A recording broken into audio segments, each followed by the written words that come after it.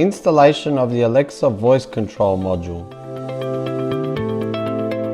Inside this package is the Alexa voice control module. Let's open the pack to see what's inside. First thing you'll see is the Alexa voice control module. Then the safety instructions. And the instruction sheet, including guidelines for the product's use. Unclip all the digital controls, lifting them from underneath.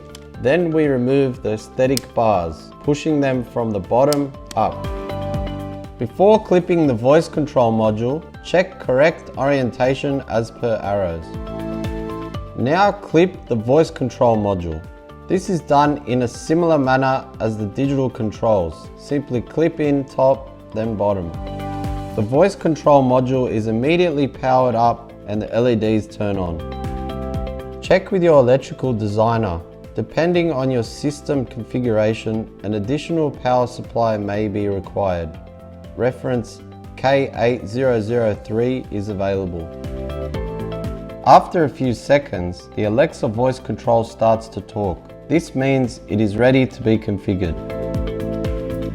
Your device is ready for setup.